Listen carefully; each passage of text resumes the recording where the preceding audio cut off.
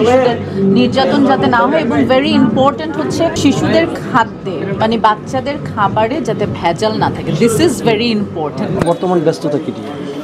বর্তমান ব্যস্ততা, মাত্র ডাবিং থেকে আসলাম এফডিসি থেকে। ইনশাল্লাহ আমরা চেষ্টা করছি ঈদের রিলিজ করার, বাট ঈদে না হলেও ঈদের 15 দিন পর ইনশাল্লাহ আমার ফিচার ফিল্ম পায়েল রিলিজ হবে। সেটা আপনারা জানতে পারবেন কিছুদিনের মধ্যে। সাম্প্রতিক সময়ে যে সেলিব্রিটি যে শিল্পীদের নিয়ে একটি মহল, ক্লাসিক্যাল ডান্সার, সো আমার অ্যাওয়ার্ড পাওয়া শুরু হয়েছে 3 বছর বয়স থেকে। তো এখন কম্পিটিশন কম করতে হয়, ছোটোবেলায় কম্পিটিশন বেশি করতে হতো, কারণ আমরা যারা ডান্সার আমাদের অনেক কম্পিটিশন করতে হতো, সেটার রিহার্সাল থাকতো। সো অ্যাওয়ার্ড পাচ্ছি 3 বছর বয়স থেকে।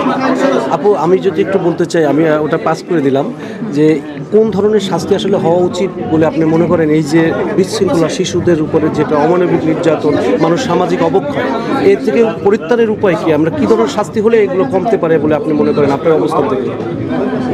আমি তো চাইবো যে অবশ্যই যাতে আর কোনো শিশু নির্যাতন না হয়, শিশুদের নির্যাতন যাতে না হয়, এবং ভেরি ইম্পর্টেন্ট হচ্ছে শিশুদের খাদ্যে মানে বাচ্চাদের খাবারে যাতে ভেজাল না থাকে। দিস ইজ ভেরি ইম্পর্ট্যান্ট, এটা আমার কাছে মনে হয়। আপনারা আমার 6টা বই আছে বাজারে, আপনি দেখবেন যে আমি বাচ্চাদেরকে নিয়ে আমার সেকেন্ড উপন্যাস লিখেছি। তারা একটা ক্লাস 8-এর মেয়ের মনস্তাত্ত্বিক অবস্থা, তার মানসিকতা, তার বেড়ে ওঠাকে নিয়ে। সো আমি কাজ করি বাচ্চাদের জন্য, এবং আমার ইচ্ছা আছে যে আমি মাস্টার্স যদি আমি করতে পারি, ডেভেলপমেন্ট কোনো সাবজেক্টে আমার মাস্টার্স করার ইচ্ছা আছে।